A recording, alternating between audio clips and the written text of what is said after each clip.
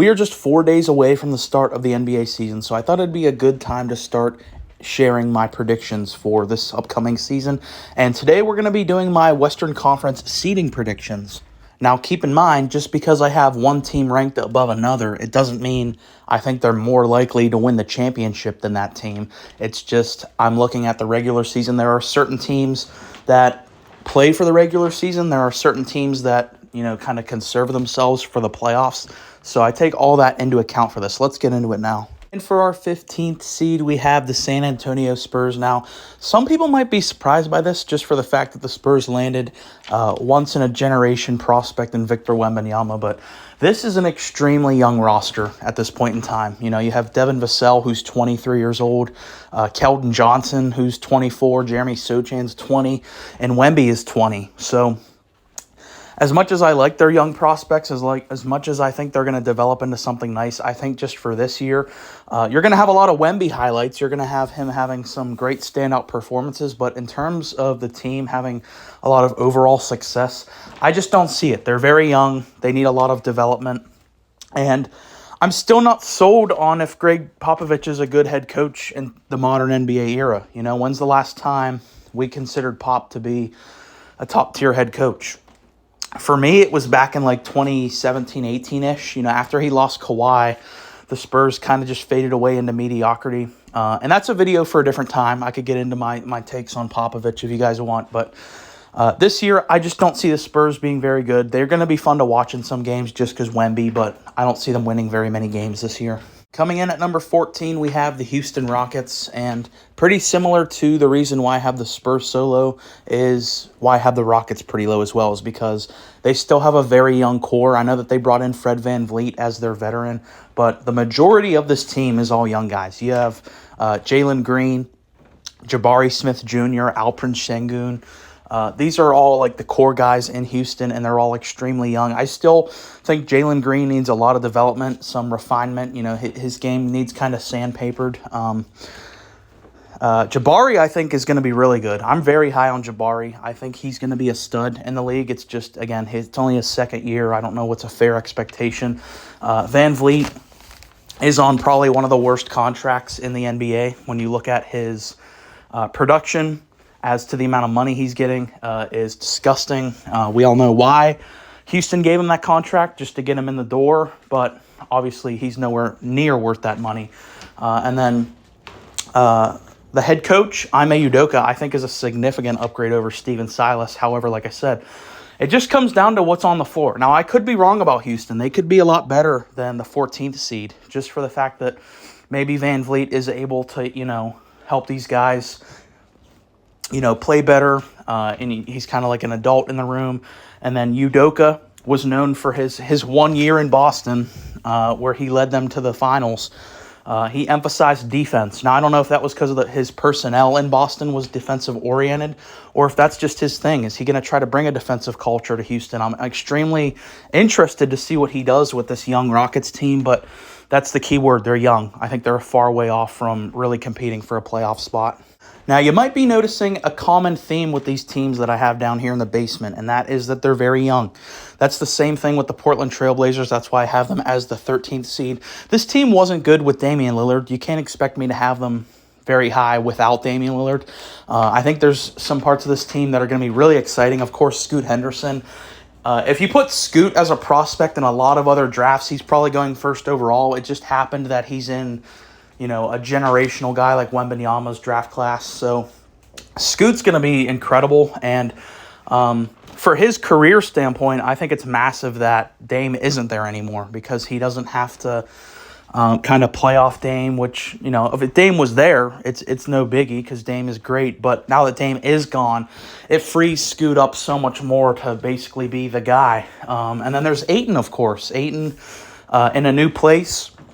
I'm really excited to see DeAndre Ayton, because seems like he's been frustrated with his role in Phoenix for 2 years now, and now he finally gets a new place. He looks really happy to be on a new team, so I'm excited to see what he does. I've been a pretty big Ayton fan, ever since he came into the league. I've defended him a lot, so I am excited to see him play. And there are some other nice pieces on this team. Anthony Simons, Shaedon Sharpe, they obviously gave a massive contract to Jeremy Grant, which now Doesn't look great now that you're a rebuilding team, but there's definitely some stuff to look forward to here in Portland. Coming in at number 12 now, we have the Utah Jazz. I know that this is kind of off topic, but what the hell is this color scheme for the Jazz? I mean, this is so ugly. Sorry, Jazz fans, but your design is just bad. And I know that they changed it, but it's still bad. I mean, the Jazz, they got to get their jerseys and their logo fixed because it's terrible. But looking at the team, they got off to an incredible start last year. I mean, they were like the big surprise story of the NBA this past season. They were like in the 1 seed spot for a little while whenever obviously no one had them as that after trading Donovan and Gobert. However, that did fall off, you know. Obviously Markkanen had a phenomenal year. He was a first-time All-Star, actually an All-Star starter, and won Most Improved Player of the Year, which is great. But outside of him, the team definitely fell off a cliff about midway through the year. And the thing that kind of disappointed me from the Jazz standpoint is they didn't really go out and try to bolster their roster up at all. They kind of just stood pat. I don't think that this team is good enough to make the playoffs. With how competitive the West is, I just don't see this team being able to compete long-term in the season. There's pieces I like for sure, but I definitely would like to see them get a stable point guard. They had that in Conley, and they traded him away. But you got some nice pieces here. Like I said, Jordan Clarkson, I think, will be moved this year just because his age doesn't fit with the Jazz's timeline. I like Laurie. I like Walker Kessler. And they do have a treasure trove of draft picks to look forward to in the future. But for this year, I just don't see them being very good. And just barely missing the play-in bracket as the 11th seed, I have the Minnesota Timberwolves. And it is kind of a shame that I'm putting them this low. I think the Timberwolves, they just got way too ahead of themselves. I think that they kind of effed up the trajectory of their team because in 2022, they were kind of like an overachieving team. They made the playoffs, and they gave the 2-seeded Grizzlies actually a fight. I think they should have probably won that series, but okay. Then that next offseason, they do the massive trade for Gobert, giving away basically all their quality role players and all their picks to get Gobert.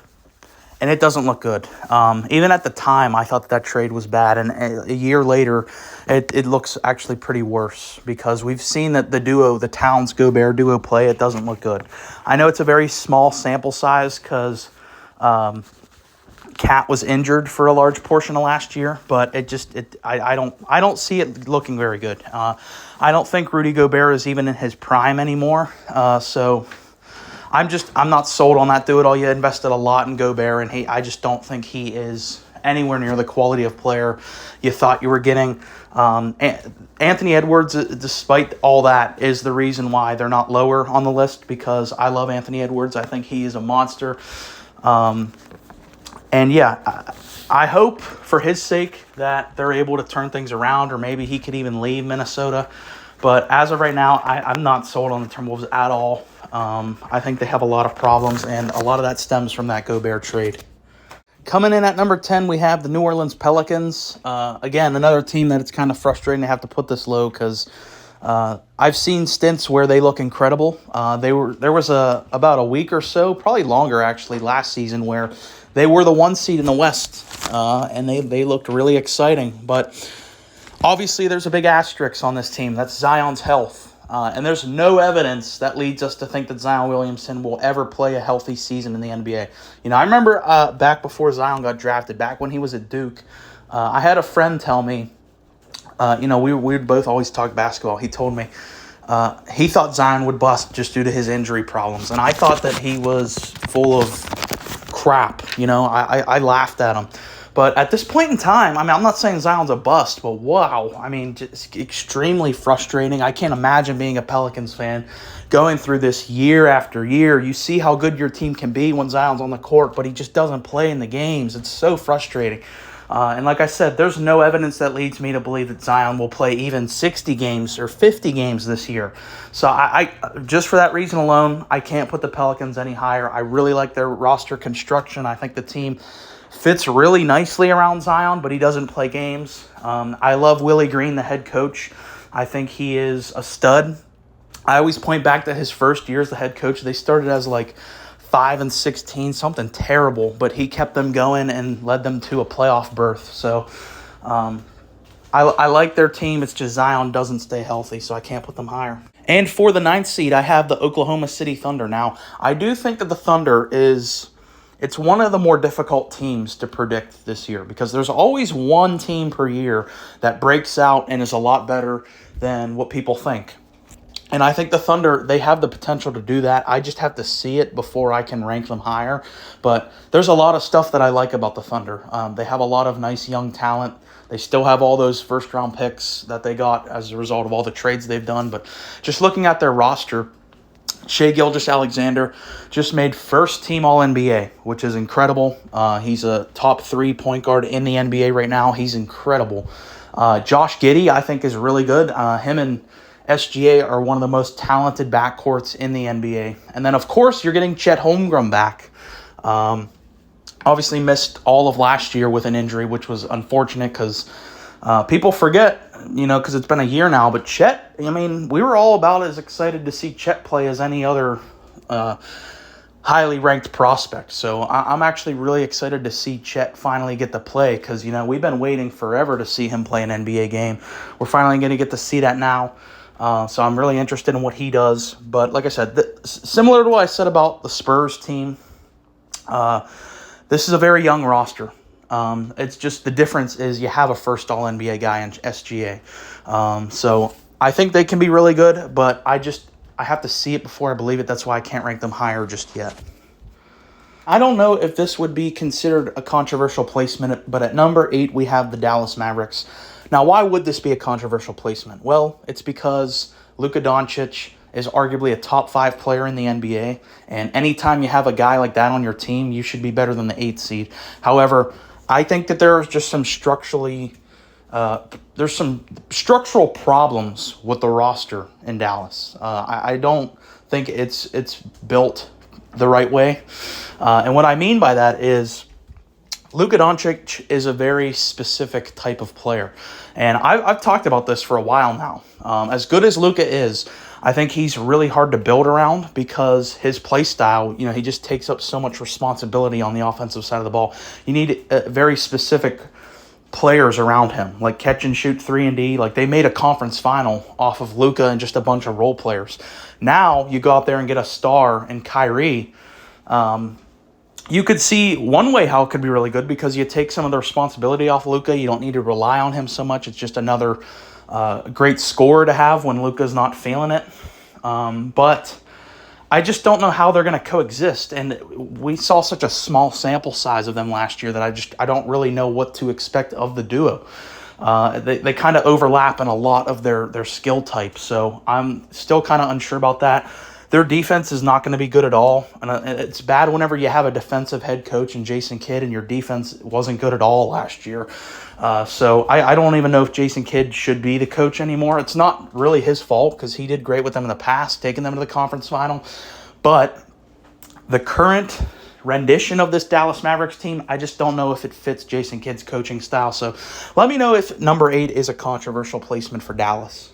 In at number 7, we have the Memphis Grizzlies, and a large part of why I have the Grizzlies lower is because Ja Morant's 25-game suspension. Now, you might say, well, the Grizzlies, they've been good in the past when Ja hasn't played. However, you have to take into account that Tyus Jones is gone. Tyus Jones is arguably the best backup point guard in the entire NBA, so losing your all-star point guard in Ja doesn't hurt quite as bad whenever you have a phenomenal backup in Tyus Jones. I know, obviously, that they got Marcus Smart this offseason, but Marcus Smart has an extremely different play style than Tyus Jones. Marcus Smart is not the facilitator that Tyus Jones is. Obviously, upgrade on the defensive side of the ball, but just in terms of scoring and facilitating, getting the ball around, I don't think Marcus Smart is quite that. He's more of a complementary piece. He's not more of an engine. So that's going to be, I think, bad. I think the offense is going to be a lot more stagnant. You have guys like Jaren Jackson Jr., who, can be a microwave in spurts. He can erupt for a great performance. He did it in that playoff game against the Lakers. You have a Desmond Bane, who's a really versatile scorer as well, but there's no real guy on this team to set the tone of the offense, and that's what I struggle with. Also, Steven Adams is out for the year, which is, it might not sound that impactful at this point in Steven Adams' career, but he was a big piece of their defense last year, and they missed him a lot in that Lakers series when he wasn't playing. So I just think they're going to get off to a slow start without Ja. I think their offense is going to be kind of stagnant. So that's where I have Memphis. Coming in at number 6, we have the Clippers, and I don't know what to do with this team anymore. It's been such a roller coaster ride with the LA Clippers. When they first formed the Paul George, Kawhi Leonard duo, I was probably one of the people who was the highest on them. I mean, I thought they were going to be incredible. And obviously had that bubble flame out. Then 2021, they make it to the conference finals without Kawhi playing. Paul George looked great. But then 2022, I think Paul George played like 30 games and Kawhi missed the entire year. And this past year as well, the injuries. I mean, I don't know what to do with the Clippers anymore. Like, when they're on the floor, Paul George and Kawhi, they're really good, but they just don't play games. They don't play games enough for me to have any sort of confidence in them anymore. And I feel like they're slowly losing their depth, because they're older now. They lose a couple guys here and there in free agency. So, I used to feel like they had a great depth around their 2 stars. Well, I don't really quite have that confidence anymore. I just don't know what to make of the Clippers. Like, I think Ty Lue's a great coach. I love the two stars when they play, but they just don't play. So I'm putting them here at 6. I think you could make an argument, honestly, to put them higher or lower. I think they are one of the more difficult teams to rank just because they're such a big question mark. We have no way of knowing who's going to be on the floor for them. So the Clippers, they're here at 6. And at number 5, we have the Sacramento Kings. They had an awesome year last year. I mean, I feel so good for those fans for putting up with all that crap for, 17 years not making the playoffs. And then last year, they were just one of the most fun teams to watch in basketball. De'Aaron Fox gets his first All-Star nod last year. Turns out the Sabonis trade was incredible. I was one of the few people who was defending the Kings in that Halliburton-Sabonis trade. I was saying, obviously, long-term, Halliburton has more upside, but in the short term, I felt like it was going to be like a 50-50, like that both teams would be happy, and I think both teams are happy as of right now. I mean, the Kings, they were great last year, and Fox and Sabonis is one of the best pick-and-roll duos in the entire league. So I love that. I also like the players they have outside of those two. I think Keegan Murray is incredible. I love his versatility. Harrison Barnes, I know he's getting up there in age, but he's still really good in his versatility as well. Malik Monk had a phenomenal year last year. And then, of course, the head coach, Mike Brown, who is great, and won Coach of the Year last year. So there's a lot of positivity, I think, here with Sacramento. There's a lot to like. And I know that they were the 3 seed last year, so technically I'm dropping them, putting them at 5. But it's not a knock on them. It's just I genuinely think the teams that have them above them are better. That's just how good the West is this year. For the 4th seed, I have the Los Angeles Lakers. You look at this team post-trade deadline last year, it was night and day. I mean, they were an unmitigated disaster last year. I mean, the fact that they last offseason, they decided, we're going to run it back with Russ. Like, I don't get why. I'm glad that they didn't double down and keep him past the deadline. They did move off of him, and they got, I think, a steal. The fact that they were able to get those players for what they gave up, just from a fit standpoint, the Lakers were so much better, and they were one of the top defenses after the trade deadline, bringing in Jared Vanderbilt, who I really like. I always tend to like the Swiss Army knife type players, can do a lot on the floor. And then D'Angelo Russell, I know he can drive some people crazy sometimes. He's definitely a streaky type of player. But again, he just fits LeBron and AD more because he can shoot way better than Russ. And, he can play off of LeBron. And then speaking of LeBron, going into his, 21st season now? I don't even know. It's either 20 or 21. I can't remember. But he's still phenomenal at his age. He's not quite like the physical specimen, like take over, just physically dominate everyone. But he's 38 years old. What do you want? So I still have him as a top 10 player. I think AD, when he's playing and engaged, can be a top 5 player in the NBA. So there's a lot to like with the Lakers. And if they would have started last year with their deadline team for the whole season, they would have been a lot better last year. So now they get that this year.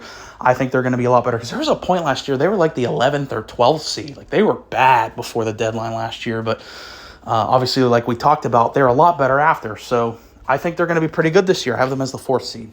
I might sound like a broken record because I've said this a million times in this video already, but the Suns, they are one of the most difficult teams to rank for me, because I can really see this going one of two ways with the Suns. It's either really good or a dumpster fire. You know, we've seen these big super teams form and just crash and burn. You know, we saw it with the Lakers. With bringing in Russ, we just talked about that. We've seen KD go through it in Brooklyn, you know, bringing in Kyrie and Harden around him, and I thought they were going to take over the league and run the league for years, and under a year of bringing Harden in, they blew up. So it's like, I know they're getting a lot of hype. They have some, you know, they have obviously some really flashy talent here, but I got to see it play out first. And I think that they're one injury away from one of these three guys of being in a lot of trouble, because we saw that all throughout Brooklyn. KD always got hurt, it seemed like, you know, in the November-ish, and missed all the way up to like All-Star break. So if that happens again, I am kind of worried about this team, because, yeah, they're going to be able to put up a lot of points, but defensively, I don't think this team's going to be very good. We'll see, though. We know Frank Vogel emphasizes defense, especially with bigs. They brought in Nurkic. I just don't know. I think this is one of the probably the most intriguing team going into this year, the Phoenix Suns, because it could really boom or bust. So I'll put them at 3 out of respect for their talent. You guys let me know about the Suns. And at number 2, I have the Golden State Warriors. Now, you might call me biased because I am a Warriors fan, but I think that this team is going to be really good this year. I know that they were really bad last year. On the road, they were terrible. But then at home, they were really good. But I think a lot of people are forgetting Andrew Wiggins missed a large chunk of last year. And Andrew Wiggins has really become the glue guy of the Warriors. You know, a lot of people think that that's Draymond. And yeah, Draymond does that as well. But Wiggins is the glue guy. He was the reason why they were able to get that championship. I mean, him and Steph, they were incredible. You had some people even challenging that Wiggs could have won that Finals MVP. There's no way. I don't think there was any way that they weren't going to give it to Steph. But Wiggins was that good. He was the second best player on a championship team. So adding him back, I think, is going to be tremendous. Just from a chemistry standpoint, you got Jordan Poole out of the building. I think that's a large part of why they were bad on the road last year. They just didn't really like each other. It was probably awkward in the locker room. So you get that out of there. Obviously, Chris Paul's now on the team, which I think is going to be fascinating to see Steph Curry play with another guard with the vision and IQ of Chris Paul. I think it's going to be amazing to watch. I think it's just going to be really fun, fast-paced. Chris Paul throwing touchdowns to Steph Curry. I can't wait to watch it. So, yeah, I might be wrong on this one, but I really think the Warriors, they're going to be mightily improved just from a chemistry standpoint. And at number 1, we have the reigning NBA champion Denver Nuggets. I could kind of just put them here out of respect for the fact that they won the title. They brought everybody back outside of Bruce Brown. The thing about this team is the fit around Jokic, I think, is absolutely perfect, because you have his passing ability. He's always going to find the open man. You can't double Jokic because he's always going to find the open man, and they have scorers all around him. You know, Jamal Murray, KCP, MPJ are all snipers. You cannot sag off them at all. If you do, like I said, Jokic is going to find them. And especially MPJ and Jamal Murray are just absolute flamethrowers. They can go off at any given point and torch an opposing defense. And then you have Aaron Gordon, the glue guy who keeps it all together. And, you know, he's really grown his game as well, because he used to just be known as like the dunker, but he's now a respectable shooter, and he's a really good defender as well. And then they have a more than capable bench, which they flexed in their playoff run as well. And then, of course, Nikola Jokic. Many believe is the best in the world. If you put him as the best player in the world, you're going to get no argument from me. I personally I would take Giannis, but if you have Jokic at 1, I think that's perfectly reasonable after what he just did in the playoffs. Not only is he the best passer in the NBA, but he's also one of the most unguardable players in the NBA. Maybe even the history of the NBA. I mean, I remember watching that playoff run. He completely smothered behind the arc, and it just swished like nothing. He is incredible, a one-of-one generational talent. So that's been my ranking, my seeding prediction for this upcoming season for the West. You guys let me know in your comments. Go ahead and leave your list, leave your thoughts. Thanks for listening. Please like and subscribe.